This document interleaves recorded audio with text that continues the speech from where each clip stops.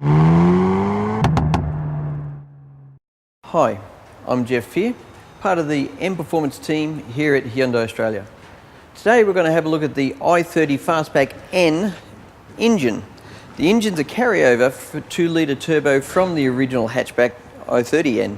We had quite a lot of questions about the 2-litre engine during our last tech talk for the hatchback, so today we're going to go a little bit deeper into the engine and tell you a few more of the specialist components that's just for the i30N.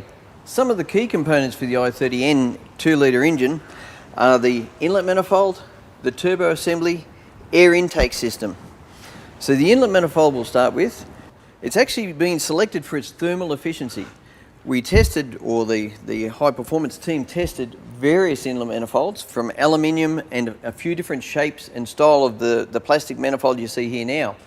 And it was actually found that the plastic manifold held the air intake temperature down longer over a durability test. So say, for instance, a 10-lap circuit race or 10-lap sprint, we found that the inlet manifold was over 20 degrees cooler, consistent over the whole time. Whereas with an aluminium manifold, the temperature just kept coming up and up and up. And by the end of the 10 laps, it was plus 20 odd degrees hotter.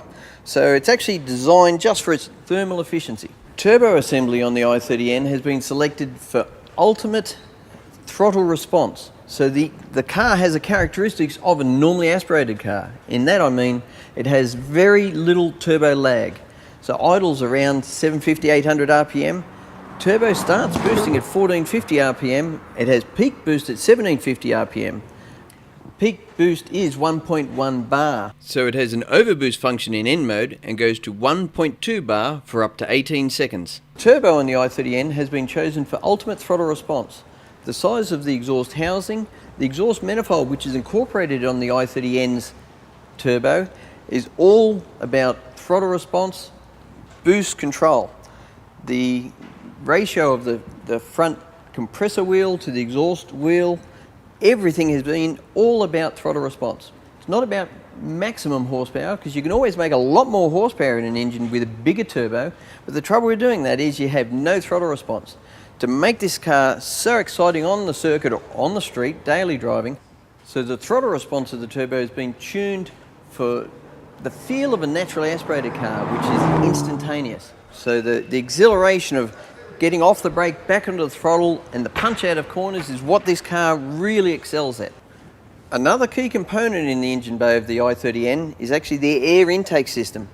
From below these shrouds, there's actually an air duct that feeds in cool air, separated from the radiator, so it's kept apart. So it's only getting the cool air into the air box. The air box is actually tuned in volume for the capacity of the engine, for the boost that the engine runs, right through to the intake of the turbo.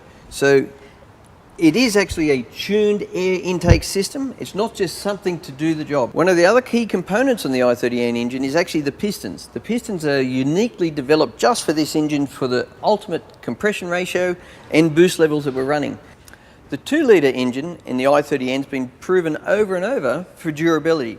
More recently for us, in the Targa Tasmania car that we ran, it did over 2,000 kilometres in 6 days of competition and transport. This is a off-the-shelf engine in there. No major changes. Durability has never been a problem. It ran faultlessly. So the i30N utilises a high-performance 275 horsepower engine, but you have to remember, in the long run, it is a street car. It's a street car designed to do track work as well, and it has to be durable.